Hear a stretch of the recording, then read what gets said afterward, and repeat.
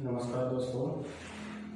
Gyandeep private ITI Ahir बास भड़कोल की online classes में आपका स्वागत है। तो आज हम नए टॉपिक लेके आए हैं जिसका नाम है ट्रांसफॉर्मर। तो सबसे पहले हम बात करेंगे ट्रांसफॉर्मर के बारे में कि इसका इंट्रोडक्शन देने की ट्रांसफॉर्मर जो डिवाइस है, युक्ति है, वो क्या है, इसका सिद्धांत कौन सा है, यानी कि किस सिद्धांत पे काम करता है।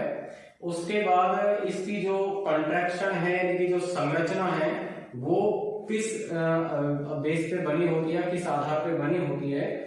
तो सबसे पहले हम इसका जो इंट्रोडक्शन है, परिचय है, वो आपको कराते हैं कि जो ट्रांसफॉर्मर है वो एक ऐसी युक्ति है जो बिना किसी इसमें यानी कि कोई सा भी प्रकार का ऐसा कोई पार्ट नहीं होता है जो इसमें घूमने वाला हो, यानी कि मूवेबल पार्ट नहीं होता है।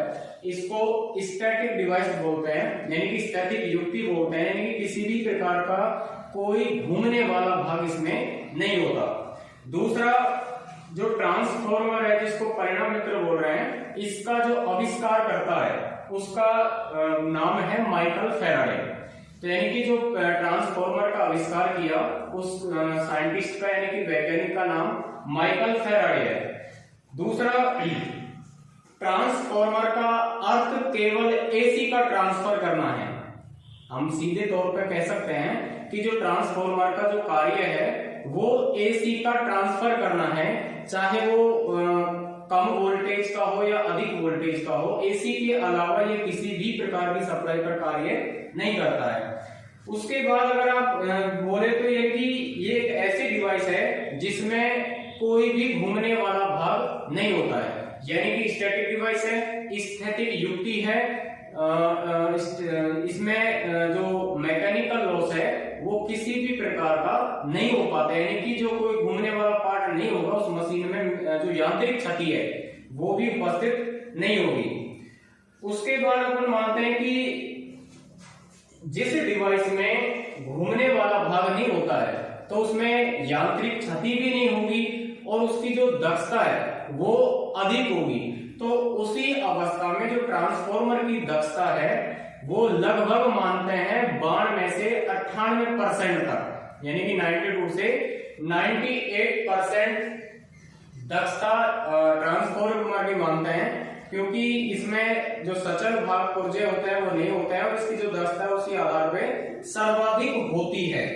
उसके अलावा अगर आप आवृत्ति की बात करें, अगर की जो ट्रांसफॉर्मर है वो उसकी आवृत्ति नियत होती है या बदल सकते हैं, तो उसकी अवस्था में आप बता सकते हैं कि जो ट्रांसफॉर्मर है वो स्थिर आवृत्ति पर कार्य करता है।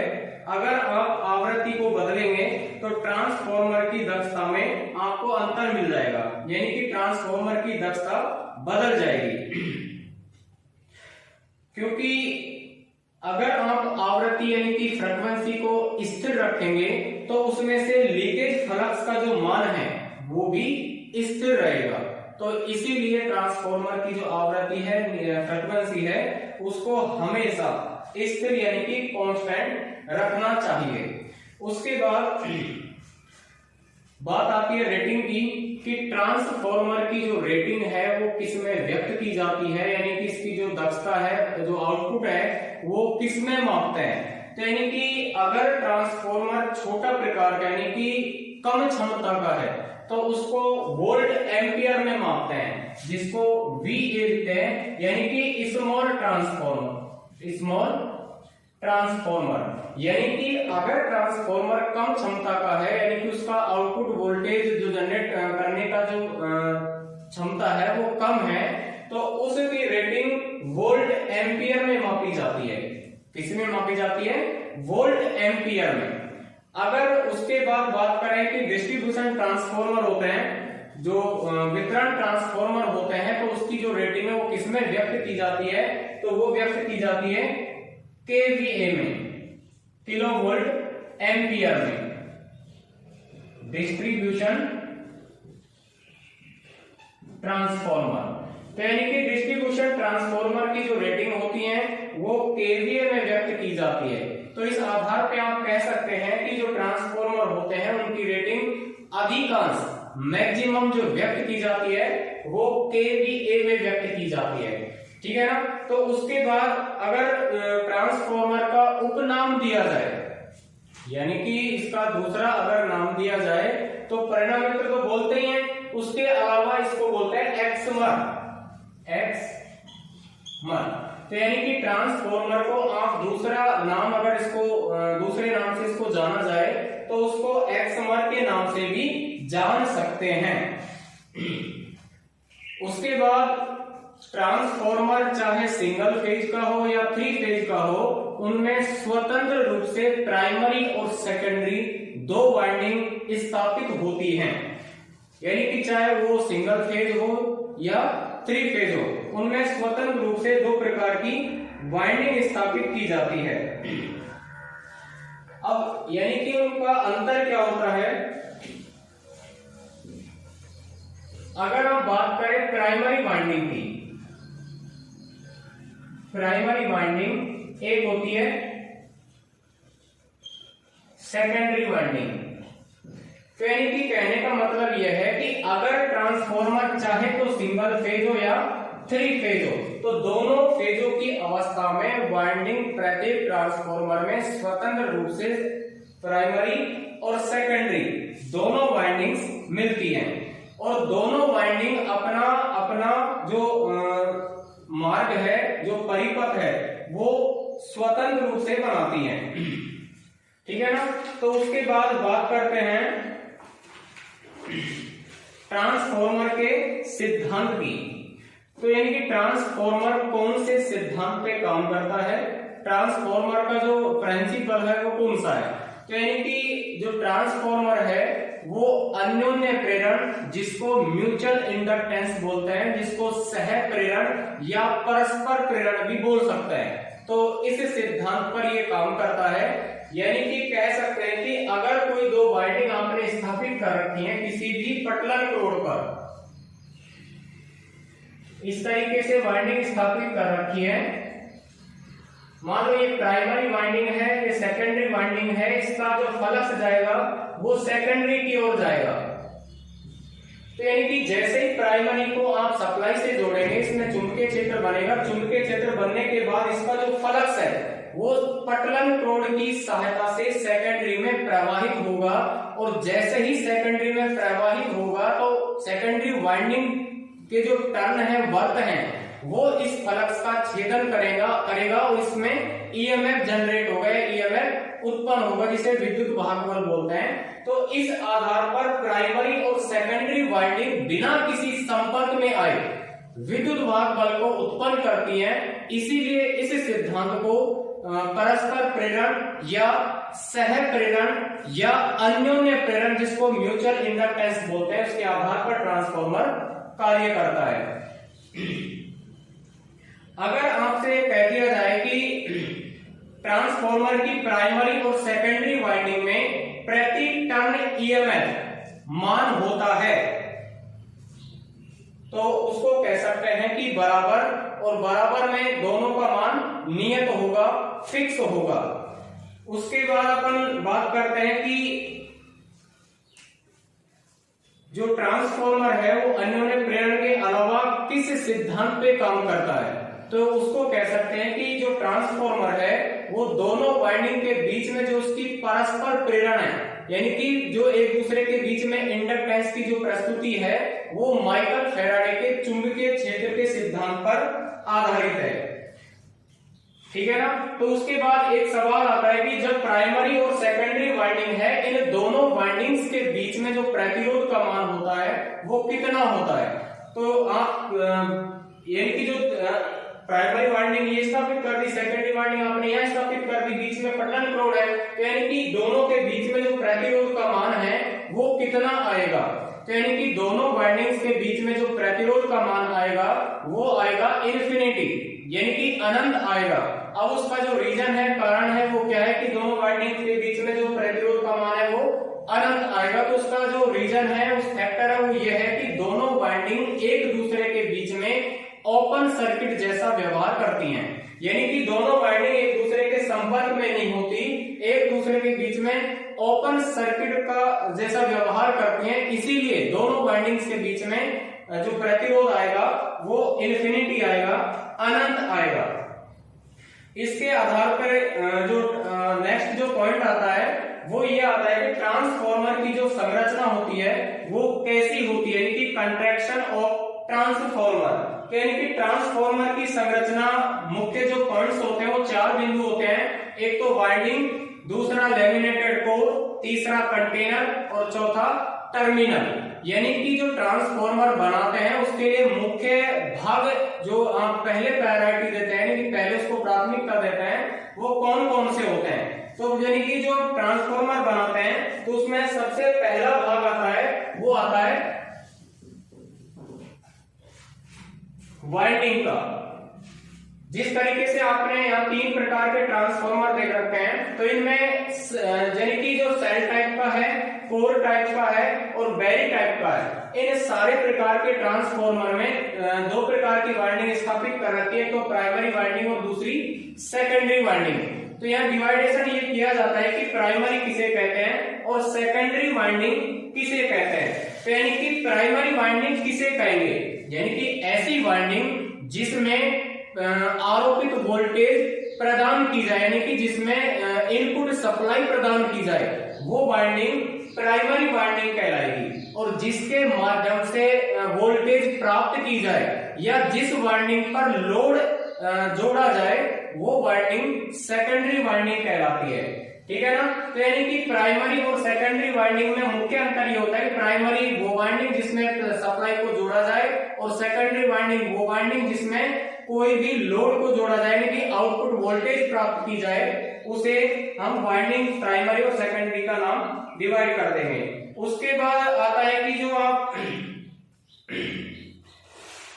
जो वाइंडिंग स्थापित की है, तो वाइंडिंग स्थापित करने के बाद जो फ्लक्स से गुजरेगा, यानी कि जो फ्लक्स के लिए पथ प्रदान करेगा, वो भाग कौन सा होता है। तो यानी कि पथ प्रदान करने के लिए जो भाग होता है वो होता है लैमिनेटेड कोर। और ये लैमिनेटेड कोर का जो मुख्य कार्य है ये होता है कि जब प्राइमरी में आप जैसे ही सप्लाई कनेक्ट करेंगे, यानी कि सप्लाई को संयोजित करेंगे, तो उसके द्वारा प्राइमरी जो वाइंडिंग है, जो प्राइमरी वाइंडिंग है, उसमें चुंबकीय क्षेत्र पैदा होगा और वो चुंबकीय क्षेत्र पटलन क्रोड के माध्यम से वो जो फ्लक्स बनेगा वो सेकेंडरी में प्रवाहित होगा। तो यानी कि जो लैमिनेटेड कोर है उसका जो मुख्य कार्य है वो प्राइमरी के द्वारा उत्पन्न फ्लक्स को सेकेंडरी में सुगमता से प्रदान कराने का जो कार्य है वो पटलन क्रोड का है। फिर बात आती है कि जो पटलन क्रोड है वो बनाई कैसे जाती है। तो यानी कि जो पटलन क्रोड है वो नरम इस्पात की बनाई जाती हैं और नरम इस्पात की बनाई जाने के साथ इसमें क्या व्यवस्थाएं होती हैं, क्या इसमें बदलाव किए जाते हैं जिससे होने वाले लॉसेज कम हो सके। क्योंकि अब बाद में अपन पढ़ेंगे कि जो ट्रांसफॉर्मर की छतियां पढ़ेंगे तो उसके अंतर्गत आप पढ़ेंगे लोहे छती, और वो लोहे छती किसमें होती है, केवल लैमिनेटेड कोर में होती है। और लैमिनेटेड कोर में जो लोहे छतियां होती हैं उनको आप कम कैसे कर सकते हैं। तो लोहे छतियां को कम करने के लिए जो कोर में जो छति होती है वो होती है एडी करंट लॉस, यानी कि एडी करंट लॉस। और उस एडी करंट लॉस को कम करने के लिए जो इस्पात, नरम इस्पात की आप जो पटलन क्रोड बना रहे हैं उसमें सिलिकॉन की मात्रा मिलाई जाती है। कौन सी मात्रा, सिलिकॉन की, यानी कि नरम इस्पात प्लस में इसमें मिला जाता है सिलिकॉन। तो यानी कि जो सिलिकॉन की मात्रा है वो लगभग 3 से 5% मिलाई जाती है और अधिकांश मिलाते हैं 3%। तो 3% की राशि नरम इस्पात में जब सिलिकॉन की मिला देते हैं तो एडी करंट का जो लॉस है वो कम हो जाता है। दूसरा, जब आप इन पटलन क्रोड को, यानी कि जो पतली जो पट्टियां होती हैं उनको एक के ऊपर एक तह जमा कर रखी जाती है और उनके बीच में वार्निश का लेप चढ़ाया जाता है। वार्निश को सेलेक्ट भी बोल सकते हैं, यानी कि जो वार्निश होता है वो विद्युत का कुचालक है और इसका दूसरा नाम क्या होता है, शेलेक। तो यानी कि सेलेक लगाकर इनको एक के ऊपर एक पटलित किया जाता है, एक के ऊपर एक तह जमाकर बनाया जाता है जिससे इसमें होने वाला जो लोहे क्षति का मान है वो कम हो जाए। दूसरा जो कोर का मुख्य कार्य है वो है चुंबकीय फ्लक्स को कम रिलक्टेंस प्रदान करना। यानी कि जब प्राइमरी में फ्लक्स बनेगा तो उसको प्रवाहित करने के लिए जब सेकेंडरी में सुगमता से रास्ता प्रदान करने का कार्य कोर करेगा, तो उसके दौरान रिलक्टेंस का मान को कम करना। यानी कि जिस प्रकार से विद्युत परिपथ में प्रतिरोध का जो गुण होता है वो ये होता है कि जब आप धारा का प्रवाह स्थापित करवाना चाहते हैं तो प्रतिरोध उस धारा के मार्ग में अवरोध पैदा करता है। तो उसी प्रकार से अगर पटलन कोण में रिलक्टेंस का मान बढ़ जाए तो वो चुंबकीय परिपथ में बाधा उत्पन्न कर देगा और फ्लक्स का जो प्रवाह है वो यानी कि जो फ्लक्स का जो प्रवाह है उसमें व्यवधान पैदा हो जाएगा। इसलिए जो पटलन कोण है वो कम से कम रिलक्टेंस प्रस्तुत करती है, जिसके कारण यानी रिलक्टेंस को प्रतिष्ठम भी बोल सकते हैं, यानी कि जो कम प्रतिष्ठम उत्पन्न करेगा जिसके माध्यम से फ्लक्स आसानी से सेकेंडरी में प्रवाहित हो जाएगा। दूसरा आपसे पूछ भी सकता है कि जो पटलन कोण आप प्रयोग कर रहे हैं वो अलग अलग फ्रीक्वेंसीज पर कितनी कितनी थिकनेस की जो पटलन कोण है वो प्रयोग करते हैं। तो यानी कि आप 25 हर्ट्ज और 50 हर्ट्ज की अगर पटलन कोण प्रयोग करना चाहते हैं तो ये आपको याद होना चाहिए कि 25 हर्ट्ज और 50 हर्ट्ज। तो यानी कि 25 हर्ट्ज सप्लाई के लिए अगर आप पटलन कोण का प्रयोग करना चाहते हैं तो उसके लिए जो थिकनेस लेते हैं पटलन कोण की यानी कि मोटाई लेते हैं वो लेते हैं 0.50 mm। यानी कि 25 हर्ट्ज फ्रीक्वेंसी के लिए पटलन कोण की मोटाई 0.50 mm लेते हैं, और अगर फ्रीक्वेंसी का मान 50 हर्ट्ज है तो उसके लिए जो पटलन कोण है उसकी मोटाई लेते हैं 0.35 mm। तो यानी कि ये क्लियर है कि 25 हर्ट्ज सप्लाई के लिए 0.50 mm और 50 हर्ट्ज सप्लाई के लिए 0.25 mm मोटी पटलन कोण का प्रयोग लिया जाता है। और इनको पटलित बनाया जाता है, वार्निश यानी कि सैलक से आलेपित किया जाता है। उसके बाद इसमें सिलिकॉन की मात्रा मिलाई जाती है और एक के ऊपर एक इनको फिक्स किया जाता है। वो इसीलिए किया जाता है ताकि इनमें किसी भी प्रकार का एयर गैप स्थापित न हो सके, यानी कि एयर गैप को समाप्त करने के लिए, एयर गैप ना हो उसको बचाने के लिए इनको लैमिनेटेड किया जाता है, इनको सैलक यानी कि वार्निश में भिगोया जाता है, आलेपित किया जाता है, कोटेड किया जाता है, जिससे एयर गैप की समस्या उत्पन्न ना हो। यानी कि अब आपसे पूछ लिया जाए कि अगर एयर गैप होगा तो उसके क्या दुष्प्रभाव होंगे। तो यानी कि एयर गैप जब पटलन कोण के माध्यम में होगा तो उनमें अधिक मान का वाइब्रेशन होगा, और अधिक मान का जब वाइब्रेशन होगा तो ट्रांसफॉर्मर आवाज करना लग जाएगा। इसीलिए जो पटलन कोण है उनमें किसी भी प्रकार का एयर गैप यानी कि जो वायु जो अंतराल है वो नहीं रखा जाता है। उसके बाद जो मुख्य पार्ट्स है उसके बाद आता है कंटेनर यानी कि टैंक। जो ट्रांसफॉर्मर में जो मुख्य भाग है वो आपने चार पढ़े, यानी कि एक तो वाइंडिंग, उसके बाद कोर, उसके बाद कंटेनर यानी कि टैंक, और उसके बाद टर्मिनल। तो यानी कि जो आपने वाइंडिंग की बात की, उसके बाद आपने कोर की बात की, उसके बाद बात करेंगे कंटेनर यानी कि टैंक की। तो यानी कि ट्रांसफॉर्मर में जो टैंक प्रयोग करते हैं, कंटेनर प्रयोग करते हैं, उसका मुख्य कार्य क्या है।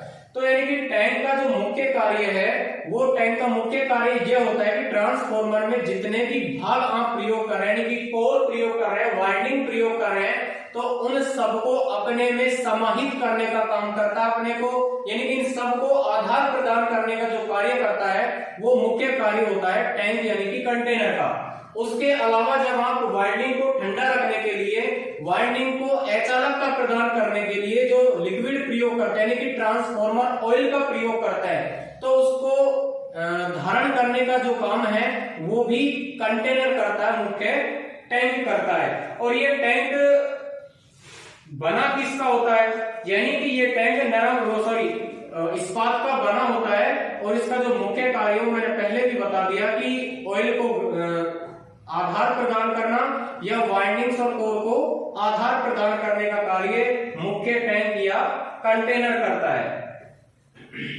उसके बाद जो चौथा भाग आता है वो आता है टर्मिनल। कि टर्मिनल क्या होते हैं। तो यानी कि आप प्राइमरी के माध्यम से, सेकेंडरी के माध्यम से जो बुशिंग स्थापित करते हैं, जो पॉइंट स्थापित करते हैं, यानी कि जिस छोर से आप सप्लाई दे रहे हैं वो प्राइमरी, और जिस छोर से सप्लाई आप ग्रहण कर रहे हैं वो सेकेंडरी। तो यानी कि इनपुट और आउटपुट के जो पॉइंट आप बिंदु स्थापित कर रहे हैं उन्हीं को टर्मिनल बोल रहे हैं। क्या बोल रहे हैं? टर्मिनल। ठीक है ना। तो उसके बाद आपने ट्रांसफॉर्मर का सिद्धांत पढ़ा, ट्रांसफॉर्मर का जानकारी यानी कि इंट्रोडक्शन पढ़ा, ट्रांसफॉर्मर के मुख्य भाग पढ़े। उसके बाद आता है ट्रांसफॉर्मर का कार्य, कि ट्रांसफॉर्मर कैसे कार्य करता है। तो मैंने ये पहले भी बता दिया कि ट्रांसफॉर्मर माइकल फैराडे के चुंबकीय क्षेत्र के नियम पर आधारित है, जिसको उन्होंने परस्पर प्रेरण म्यूचुअल इंडक्टेंस बोलते हैं। कि प्राइमरी में जब आप सप्लाई देंगे तो प्राइमरी वाइंडिंग में चुंबकीय क्षेत्र पैदा होगा, और उस चुंबकीय क्षेत्र में जो फ्लक्स स्थापित होगा वो फ्लक्स कोर के माध्यम से सेकेंडरी वाइंडिंग में जाएगा, और सेकेंडरी वाइंडिंग में उस फ्लक्स का छेदन होगा और ईएमएफ उत्पन्न होगा, यानी कि विद्युत वाहक उत्पन्न हो जाएगा। अब बात यह आती है कि जो ट्रांसफॉर्मर है वो कौन सी सप्लाई पर केवल काम करता है। तो यानी कि आपसे अगर पूछ लिया जाए कि ट्रांसफॉर्मर एसी सप्लाई पर कार्य करता है या डीसी सप्लाई पर कार्य करता है, तो इस अवस्था में आप बता पाएंगे कि जो ट्रांसफॉर्मर है वो केवल एसी पर कार्य करता है, डीसी पर नहीं। तो इसका क्या कारण है कि वो केवल एसी पर कार्य करता है, डीसी पर कार्य नहीं करता? तो उसका मुख्य कारण यह है कि जब आप उसमें डीसी धारा का प्रवाह कराएंगे तो डीसी धारा का प्रवाह कराने के बाद उसमें ना तो किसी प्रकार का इंडक्टेंस और ना किसी प्रकार का इंडक्टिव रिएक्टेंस उत्पन्न होगा। यानी कि सीधी भाषा में आप समझ सकते हैं कि जब डीसी का धारा का आप उसमें प्रवाह कराएंगे तो उसमें प्रतिरोध उत्पन्न नहीं होगा, और जैसे उसमें प्रतिरोध उत्पन्न नहीं होगा तो वो जब किसी भी चालक पदार्थ का जो प्रतिरोध निम्नतम होगा तो धारा का प्रवाह अधिकतम हो जाएगा। और जब इसमें इंडक्टिव और इंडक्टिव रिएक्टेंस जब उत्पन्न नहीं होगा उसके दौरान धारा का प्रवाह तेज गति से होगा, यानी कि अधिक मात्रा में होगा, और जब अधिक मात्रा में धारा का प्रवाह होगा तो वाइंडिंग जल जाएंगी। यानी कि जब अधिक धारा का प्रवाह होगा पटलन कोर गर्म होंगी, वाइंडिंग्स गर्म होगी, उसका जो अचालक पदार्थ है वो गर्म होगा, वो विदीर्ण होगा, यानी कि क्रैक्स आएंगे, वाइंडिंग्स शॉर्ट सर्किट होंगी, वाइंडिंग जल जाएंगी। तो इसीलिए केवल ट्रांसफॉर्मर एसी पर कार्य करता है, डीसी पर नहीं। तो डीसी पर क्यों नहीं, वो आपको बता दिया कि डीसी पर काम क्यों नहीं करता है। ठीक है ना।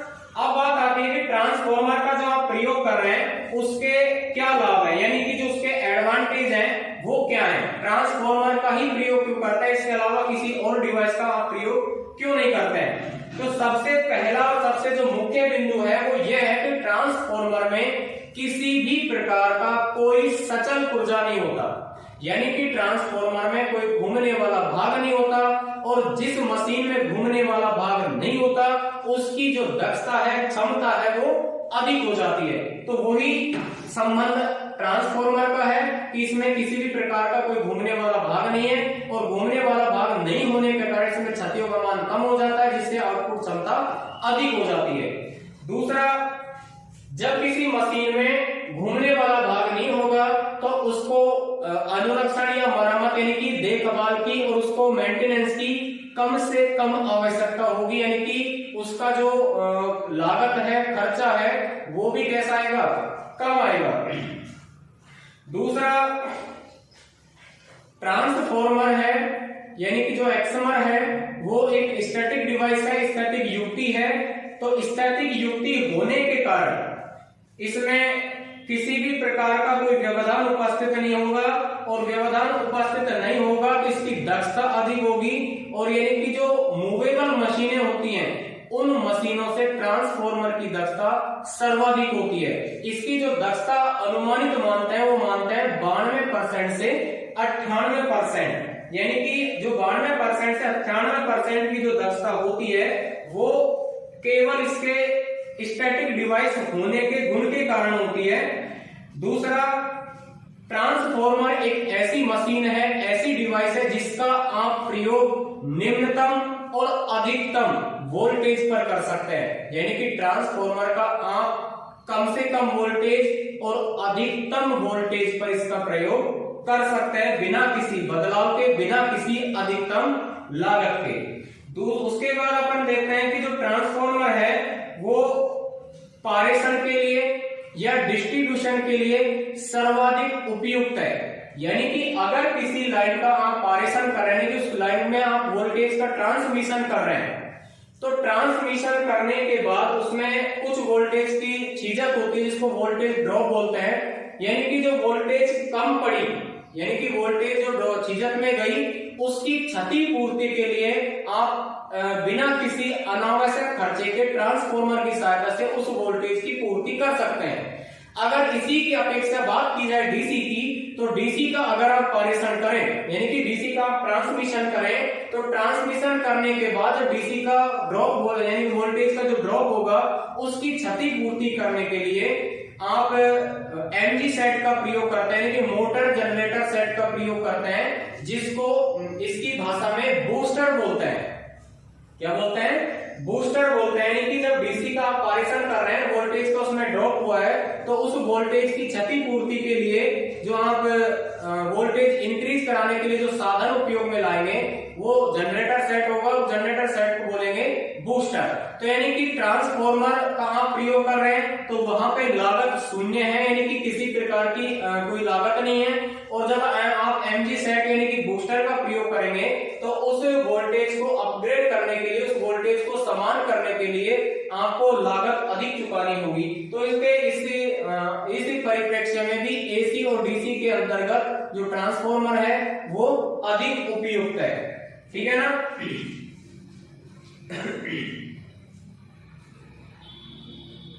उसके बाद अपन बात करेंगे ट्रांसफॉर्मर के वर्गीकरण की।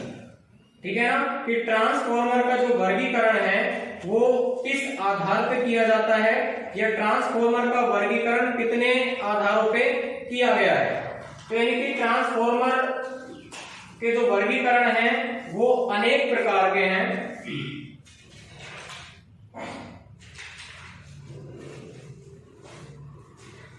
तो सबसे पहले हम बात करेंगे ट्रांसफॉर्मर का जो वर्गीकरण है, उसका जो डिवाइडेशन है यानी कि क्लासिफिकेशन ऑफ ट्रांसफॉर्मर, वो किस आधार पे किया गया है। तो यानी कि हम पढ़ेंगे सबसे पहले आउटपुट वोल्टता के आधार पर, जिसको बोल देंगे on the basis of output voltage. यानी कि ऐसे ट्रांसफॉर्मर जिनकी आउटपुट वोल्टेज अलग अलग हो। अब वो अलग अलग कैसे होंगी, किस आधार पे होंगी, तो उसको पढ़ेंगे। तो यानी कि आउटपुट वोल्टता के आधार का मतलब ये होता है कि ऐसे ट्रांसफॉर्मर जो कम वोल्टेज के लिए प्रयोग किए गए हों या अधिक आउटपुट वोल्टेज के लिए प्रयोग किए गए हों, उनको अपचाई और उच्चाई ट्रांसफॉर्मर कहते हैं। अपचाई का मतलब क्या होता है? Step down. और उच्चाई का मतलब क्या होता है? Step up. तो यानी कि ऐसे ट्रांसफॉर्मर जिनमें इनपुट वोल्टेज का मान अधिक हो, आउटपुट वोल्टेज का मान कम हो, तो इस प्रकार के जो ट्रांसफॉर्मर होते हैं वो स्टेप डाउन प्रकार के ट्रांसफॉर्मर कहलाते हैं, यानी कि अपचाई ट्रांसफॉर्मर कहलाते हैं। अगर बात की जाए स्टेप अप की, यानी कि उच्चाई ट्रांसफॉर्मर की बात की जाए, तो उसमें हम कह सकते हैं कि ऐसा ट्रांसफॉर्मर जिसका जो इनपुट वोल्टेज है वो कम है, आउटपुट वोल्टेज कैसा है? अधिक है। तो इन प्रकार के जो ट्रांसफॉर्मर हैं वो उच्चाई ट्रांसफॉर्मर है, स्टेप अप ट्रांसफॉर्मर है। अगर हम वाइंडिंग के तौर पर अगर इनको पहचाना जाए तो हम दो प्रकार के डायग्राम इस तरीके से बना सकते हैं।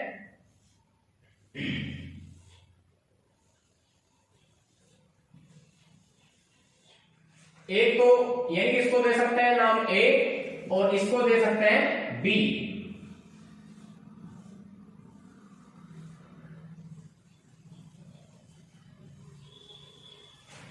तो ए वाला जो डायग्राम है इसको कह सकते हैं प्राइमरी वाइंडिंग, इसको कहेंगे सेकेंडरी वाइंडिंग। बी वाला जो डायग्राम है इसको कहेंगे प्राइमरी वाइंडिंग और इसको कहेंगे सेकेंडरी वाइंडिंग।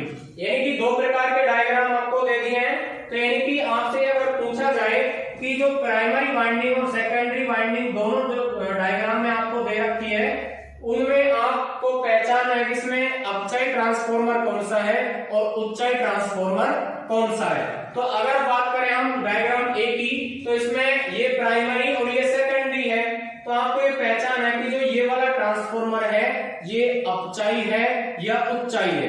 तो यानी कि हम कैसे पहचानेंगे, तो हम पहचानेंगे टर्नों की संख्या के आधार पर। हम ये देखेंगे कि जो प्राइमरी वाइंडिंग है उसमें टर्नों की संख्या कैसी है, कम है, और सेकेंडरी वाइंडिंग में जो टर्नों की संख्या वो कैसी है, अधिक है।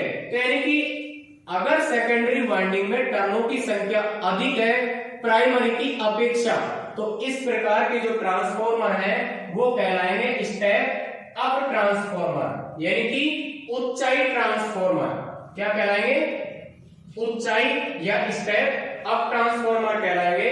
अब बात करें डायग्राम बी की, तो इसके विपरीत अगर इसकी बात की जाए तो प्राइमरी वाइंडिंग और सेकेंडरी वाइंडिंग के अगर बीच में देखा जाए तो प्राइमरी वाइंडिंग में टर्नों की संख्या, सेकेंडरी वाइंडिंग में टर्नों की संख्या में कौन सी वाइंडिंग में टर्नों की संख्या अधिक है। तो इसमें प्राइमरी सेकेंडरी में, प्राइमरी में टर्नों की संख्या अधिक है, सेकेंडरी में टर्नों की संख्या कैसी है, कम है। तो इस आधार पे आप कह सकते हैं कि जो बी वाला डायग्राम है ये कैसा ट्रांसफार्मर है, स्टेप डाउन प्रकार का ट्रांसफार्मर, जिसको बोलते हैं अपचाई। क्या बोलते हैं, अपचाई। तो इस आधार पे आप पहचान कर सकते हैं कि स्टेप अप वाले ट्रांसफार्मर कौन से होते हैं और स्टेप डाउन प्रकार वाले ट्रांसफार्मर कौन से होते हैं। तो इस आधार पर आप इसको पहचान सकते हैं।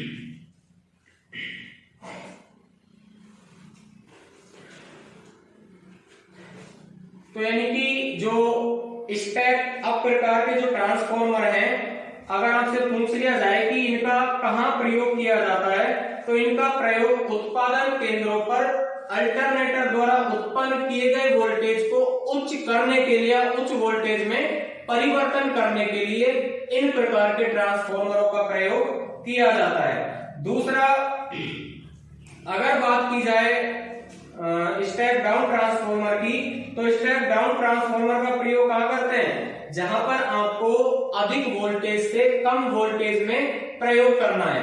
यानी कि मान लीजिए स्टेप डाउन प्रकार का आपको करना है, तो मान लो प्राइमरी वाइंडिंग 11 केवी की है, तो यानी कि 11 केवी को कैसा करेंगे, यानी कि जो 11 केवी जो वोल्टेज है उससे कैसा करेंगे, कम, यानी कि 440 वोल्ट में आपको कन्वर्ट करना है। तो किस प्रकार के ट्रांसफार्मर का प्रयोग करेंगे, स्टेप डाउन प्रकार के ट्रांसफार्मर का प्रयोग करेंगे।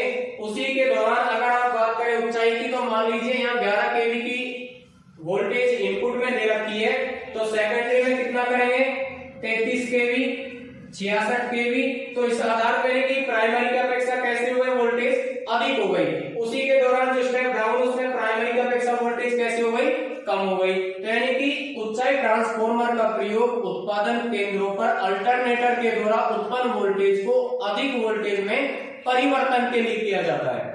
उसी के दौरान जो स्टेप डाउन है उसका एक तरीके से अपन बोल सकते हैं कि डिस्ट्रीब्यूशन ट्रांसफार्मर के रूप में इसका प्रयोग करता है। यानी कि जो सिंगल फेज सप्लाई है या एग्रीकल्चर 3 फेज सप्लाई है उसमें इसका इन प्रकार की सप्लाई का प्रयोग किया जाता है। इसमें प्राइमरी में वोल्टेज अधिक होता है, सेकेंडरी में वोल्टेज कम होता है। तो इस आधार पर आप कह सकते हैं कि जो प्राइमरी और सेकेंडरी वाइंडिंग है उनके टर्नों की जो संख्या है, वर्तों की संख्या है, उसके आधार पर आप पहचान सकते हैं कि जो स्टेप अप और स्टेप डाउन प्रकार के ट्रांसफार्मर हैं वो कैसे होते हैं। ठीक है ना। अब उसके बाद अपन बात करते हैं कोर की संरचना के आधार पर ट्रांसफार्मर, यानी कि जो आप ट्रांसफार्मर प्रयोग कर रहे हैं उनमें जो पटलित क्रोड काम में ले रहे हैं वो क्रोड कैसी हैं, उनकी संरचना कैसी है, या वो कैसी कितनी वोल्टेज पर प्रयोग की जाती है। तो इस आधार पर आप बात करेंगे। तो यानी कि सबसे पहले बात करेंगे अपन कोर टाइप की। तो कोर टाइप में 3 प्रकार के ट्रांसफार्मर बनाए जाते हैं। पहला सेल टाइप, दूसरा कोर टाइप और तीसरा वेरी टाइप। ठीक है ना।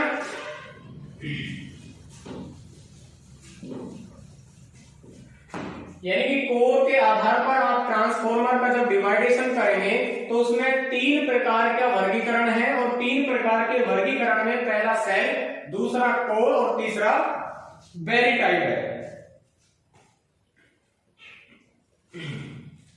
तो सबसे पहले हम बात करेंगे सेल टाइप की, कि सेल टाइप जो ट्रांसफॉर्मर है वो कैसे होते हैं या उनमें क्या गुण होते हैं। तो यानी कि ऐसा ट्रांसफॉर्मर जिसमें एक ही बेस पर प्राइमरी वाइंडिंग लपेटकर अचालक पदार्थ चढ़ा दिया जाता है, उसी के ऊपर सेकेंडरी वाइंडिंग को लपेट दिया जाता है। यानी कि प्राइमरी और सेकेंडरी वाइंडिंग एक ही कोर पर स्थापित होती है, और इस प्रकार के जो ट्रांसफॉर्मर होते हैं वो सेल टाइप ट्रांसफॉर्मर होते हैं। अगर आपसे पूछ लिया जाए कि जो सेल टाइप ट्रांसफॉर्मर होते हैं उनमें जो चुंबकीय पथ होते हैं या फ्लक्स के लिए जो मार्ग होता है वो कितने होते हैं, यानी कि जो सेल टाइप के जो ट्रांसफॉर्मर है उनमें चुंबकीय मार्ग यानी कि चुंबकीय पथ 2 पथ होते हैं, कि उनको बोलते हैं कि 2 समानांतर पथ होते हैं। तो इस प्रकार से जो सेल टाइप का ट्रांसफॉर्मर है वो बनाया जाता है, और ये सिंगल फेज सप्लाई में वोल्टेज को स्टेप अप करने में और स्टेप डाउन करने में इसका प्रयोग किया जाता है। ठीक है ना। अब बात करते हैं दूसरे कोर की, यानी कि कोर टाइप, यानी कोर जो आप प्रयोग कर रहे हैं वो दूसरा कौन सा कर रहे हैं, कोर टाइप की प्रयोग कर रहे हैं। अब कोर टाइप की जो कोर है वो 2 प्रकार की आप लेते हैं, तो यू आई आकार की और एक एल आई आकार की। यानी कि जो कोर टाइप की जो ट्रांसफॉर्मर है उसमें पटलन जो करोड़ आप ले रहे हैं वो एक तो यू आई आकार की लेते हैं और दूसरी एल और आई आकार की लेते हैं। तो इसमें अलग अलग यानी कि एक कोर ये हो गई, एक कोर ये हो गई, तो यानी कि एक वाइंडिंग यहां पर स्थापित कर दी जाती है, दूसरी वाइंडिंग दूसरी साइड और स्थापित कर दी जाती है। जिस सप्लाई को आप जिस यानी कि जोन सी वाइंडिंग को आप सप्लाई से जोड़ेंगे वो प्राइमरी, और जिस सप्लाई से लोड ग्राइंड करेंगे वो सेकेंडरी वाइंडिंग हो जाएगी। अब बात करें इसमें चुंबकीय मार्ग की, तो यानी कि जो कोर टाइप के जो ट्रांसफॉर्मर होते हैं उनमें चुंबकीय मार्गों की संख्या केवल 1 होती है। यानी कि जो आपने पहले बात करी थी सेल टाइप की, तो सेल टाइप का जो ट्रांसफॉर्मर है उसमें समानांतर 2 मार्ग होते हैं और एक वाइंडिंग के ऊपर दूसरी वाइंडिंग लपेट दी जाती है। बात करते हैं कोर टाइप की, तो कोर टाइप में 2 प्रकार की पटलन प्रयोग की जाती है, कि उसकी जो आकृति होती है, शेप होती है, वो यूआई आकार की, एलआई आकार की होती है, और अलग अलग कोर पर अलग अलग वाइंडिंग स्थापित कर दी जाती है। और इस प्रकार का ट्रांसफॉर्मर में चुंबकीय मार्ग के लिए केवल एक ही रास्ता होता है, यानी कि एक ही पथ होता है। ठीक है ना। और इस प्रकार के जो ट्रांसफॉर्मर होते हैं उच्च वोल्टेज पर और निम्न आउटपुट शक्ति प्रदान करने के लिए इनका प्रयोग किया जाता है। अब बात करते हैं अपन बैरी टाइप के ट्रांसफॉर्मर की, कि बैरी टाइप के जो ट्रांसफॉर्मर होते हैं वो कैसे होते हैं, और जो आपने पहले 2 की बात करी सेल टाइप और कोर टाइप की, इनकी अपेक्षा में इसमें मुख्य अंतर क्या होता है। तो सबसे पहले आप बात करें चुंबकीय मार्ग की, तो यानी कि जो सेल टाइप है उसमें समानांतर 2 मार्ग होते हैं, उसके बाद जो कोर टाइप उसमें 1 होता है। अगर बैरी टाइप की बात करें तो इन प्रकार के ट्रांसफॉर्मर में अनेक कोर स्थापित कर दी जाती हैं, जिसके कारण इसमें चुंबकीय मार्गों की संख्या भी कैसी होती है, अनेक होती है। यानी कि दोनों की अपेक्षा जो चुंबकीय पथ है वो इसमें सर्वाधिक होता है, और इसीलिए कोर टाइप के जो ट्रांसफॉर्मर है इसकी दक्षता भी इन दोनों ट्रांसफॉर्मर की अपेक्षा कैसी होती है, सर्वाधिक होती है, अधिक होती है। ठीक है ना। तो यानी कि इनमें भी प्राइमरी और सेकेंडरी 2 वाइंडिंग स्थापित कर दी जाती है, और ये प्रकार के ट्रांसफॉर्मर इन दोनों प्रकार के ट्रांसफॉर्मर से दक्षता अधिक होती है। अगर आपसे पूछा जाए कि दक्षता अधिक क्यों होती है, क्योंकि इसमें चुंबकीय फ्लक्स के जो मार्ग होते हैं, पथ होते हैं, वो इन दोनों से कैसे होते हैं, अधिक होते हैं। इसीलिए तीनों प्रकार के जो कोर टाइप के जो ट्रांसफॉर्मर हैं उनमें सर्वाधिक दक्षता, सर्वाधिक आउटपुट क्षमता किसकी होती है, बैरी टाइप ट्रांसफॉर्मर की होती है। ठीक है ना। अब अगर बात करें कोर टाइप और सेल टाइप दोनों के बीच में अंतर की, कि कोर टाइप और सेल टाइप के जो ट्रांसफॉर्मर है उनमें जो अंतर है, डिफरेंट है, जो डिफरेंस है वो क्या है। तो पहला अगर पॉइंट की बात करें तो पहले पॉइंट में अगर बता सकते हैं कि जो कोर टाइप का जो ट्रांसफॉर्मर है इसमें पटलन क्रोड की जो आकृति है वो कैसी होती है। तो पटलन क्रोड की आकृति कोर टाइप में यू और आई आकृति की या एल और आई प्रकार की होती है। तो उसी प्रकार से अगर बात की जाए सेल टाइप की, तो सेल टाइप में ई आई जो आकृति है उस आधार पर इनमें कोर प्रयोग की जाती है, ठीक है ना। तो अब बात करेंगे कोर टाइप के वाइंडिंग की, यानी कि कोर टाइप में जो वाइंडिंग स्थापित की जाती है वो अलग अलग कोरों पर स्थापित की जाती है। तो इसकी अपेक्षा में सेल टाइप में जो वाइंडिंग स्थापित की जाती है प्राइमरी और सेकेंडरी, प्राइमरी के ऊपर अचालक पदार्थ लगाकर उसी के ऊपर सेकेंडरी वाइंडिंग स्थापित कर दी जाती है। तीसरा पॉइंट अगर देखें कि वाइंडिंग कोर की दोनों भुजाओं पर स्थापित की जाती है कोर में, और कोर की मध्य भुजा पर वाइंडिंग स्थापित की जाती है सेल में। तो यानी कि जो सेल में जो वाइंडिंग स्थापित की जाती है वो कौन सी भुजा पर की जाती है, मध्य भुजा पर, यानी कि मिडिल पॉइंट पे की जाती है। और कोर टाइप में कहां की जाती है, छोरों पर, यानी कि जो कोर है वो छोरों पर प्रयोग करें, यानी प्राइमरी एक साइड है, सेकेंडरी एक साइड है। उसी प्रकार से सेल टाइप में वो कोर तो स्वतंत्र है पर वाइंडिंग कहां कर रहे हैं, मध्य भाग पर कर रहे हैं। तो मुख्य अंतर ये होता है।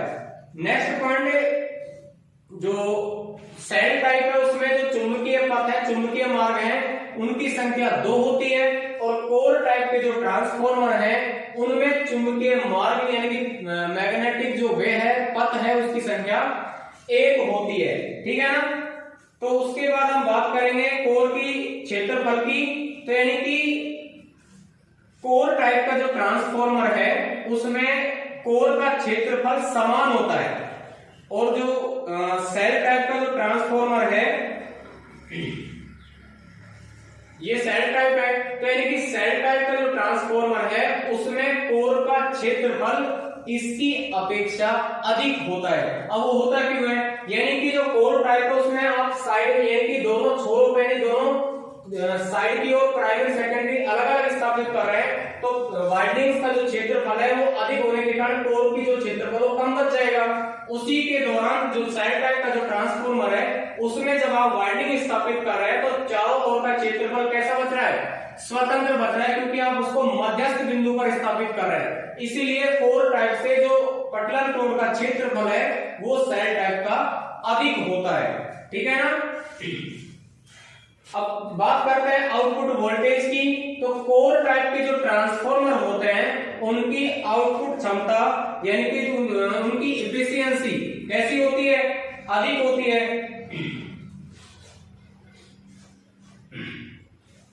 यानी कि कोर जो टाइप के जो ट्रांसफॉर्मर है उनमें जब जो क्रोड का क्षेत्रफल जो अधिकांश क्रोड का क्षेत्रफल है उनको वाइंडिंग कवर कर रही है, तो वाइंडिंग कवर करने के कारण इनकी जो आउटपुट क्षमता है, एफिशिएंसी, वो कैसी हो जाती है, कम हो जाती है। उसी के दौरान अगर बात करें सेल टाइप की, तो सेल टाइप का जो क्रोड का जो पूरा क्षेत्रफल है वो क्लियर है, स्वतंत्र है, और इसी कारण कोर की अपेक्षा सेल टाइप के ट्रांसफॉर्मरों की आउटपुट क्षमता अधिक होती है, ठीक है ना। तो इस आधार पर इनका क्लासिफिकेशन क्या है, वो इनका वर्गीकरण किया है। फिर बात करते हैं इनकी लॉसेज की, हानियों की। जो कोर टाइप का जो ट्रांसफॉर्मर है इसमें चुंबकीय मार्ग कैसा है, एक है। चुंबकीय मार्ग एक होने के कारण जब अधिक मान का अगर फ्लक्स स्थापित करना भी चाहेंगे तो अधिक मान का जो फ्लक्स है वो लीकेज में चला जाएगा, जिसके कारण लॉसेज कैसे हो जाएंगे, अधिक हो जाएंगे। उसी के दौरान अगर सेल टाइप ट्रांसफॉर्मर की बात करें तो उसमें समानांतर पथ होते हैं, और समानांतर पथों की संख्या कोर टाइप के ट्रांसफॉर्मर के पथों की संख्या से अधिक होती है, जिसके कारण लीकेज का मान नहीं होगा, और लीकेज का मान नहीं होने के कारण इनकी क्षमता कैसी हो जाती है, अधिक हो जाती है और क्षमता अधिक होने के कारण इनके लॉसेस कैसे हो जाएंगे, कम हो जाएंगे। ठीक है ना। दूसरा, अगर बात करें फ्लक्स लीकेज की, तो ये बिल्कुल क्लियर है कि ऐसा कोई चुंबकीय पदार्थ या चुंबकीय मार्ग जिसमें फ्लक्स को ग्रहण करने की या उसको रास्ता प्रदान करने की क्षमता जिस पदार्थ में अधिक होती है उसमें लीकेज का मान भी कम होता है। अब बात करें इन दोनों की, तो कोर टाइप में, सेल टाइप में, यानी कि इसमें पथों की संख्या 1 है, इसमें पथों की संख्या 2 है, तो क्लियर सी बात है कि जो फ्लक्स का लीकेज होगा सर्वाधिक किसमें होगा, कोर टाइप में होगा, और जो सेल टाइप है इसमें फ्लक्स लीकेज का मान कम से कम होगा, यानी कि जो फ्लक्स का जो क्षरण का जो मान है वो मैग्नेटिक जो लॉस है वो कैसा होगा, सेल टाइप में कम से कम होगा। तो इस प्रकार से इन प्रकार के ट्रांसफार्मरों का वर्गीकरण किया जाता है। तो आपने ट्रांसफार्मर का परिचय पढ़ा, ट्रांसफार्मर का सिद्धांत पढ़ा, ट्रांसफार्मर का मुख्य जो भाग थे आपने वो पढ़े। उसके बाद सबसे पहला जो पार्ट है कि ट्रांसफार्मर का वर्गीकरण किस आधार पर कर सकते हैं, तो आपने पढ़ा कि आउटपुट वोल्टेज वोल्टता के आधार पर कर सकते हैं। उसके बाद पढ़ा कि कोर टाइप के आधार पर कर सकते हैं। कोर टाइप में आपने 3 प्रकार की कोर पढ़ी।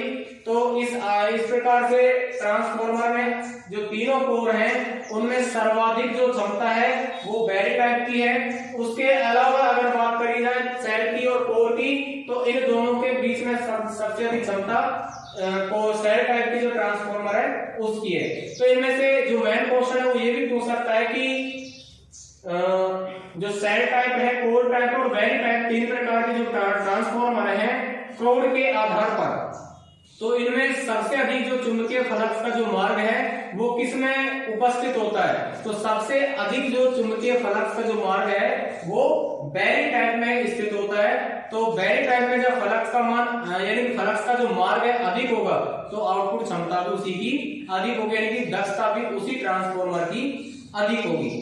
तो इस प्रकार से इन प्रकार के ट्रांसफार्मर हैं। तो नेक्स्ट वीडियो में इसी से कंटिन्यूअस आगे आपको और लेके आएंगे। धन्यवाद।